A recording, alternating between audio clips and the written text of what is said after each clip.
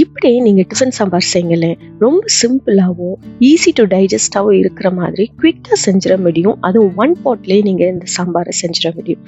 இதுக்கு நான் வெங்காயம், தக்காளி, கேரட், பிரிஞ்சால், மிளகா எடுத்திருக்கேன். இது எல்லாத்தையுமே நம்ம சாப் பண்ணி வச்சுக்கிடலாம். ஸோ இதுக்கு நான் மூங் தால் தான் யூஸ் பண்ணுறேன். இந்த இதுதான் உங்களுக்கு டைஜஷனுக்கு ரொம்ப ஹெல்ப் பண்ணும், ஈஸியாக இருக்கிறதுக்கு. இதை லைட்டாக அந்த வாசனை வர வரைக்கும் வறுத்துட்டு இந்த சாப் பண்ண வெஜிடபிள்ஸ், அதோட மஞ்சள் பொடி, நான் சாம்பார் பொடியில் நான் வத்தல், மல்லி, சீரகம் திரிச்சு வச்சிருக்கேன் ஈக்குவல் குவான்டிட்டியில். இதையும் ஆட் பண்ணிட்டு நல்லா கொஞ்சம் தண்ணி, அந்த வெஜிடபிள்ஸ்லாம் மூழ்கிற அளவுக்கு தண்ணி ஊற்றிட்டு ஒரு 4 to 5 விசில்ஸ் வச்சு எடுத்தீங்கன்னா உங்களுடைய சாம்பார் குயிக்காக ரெடி ஆயிரும். அண்டு இதுக்கு நான் தாளிப்புக்காக நான் நெய்யில் இன்னைக்கு தாளிச்சிருக்கிறேன்.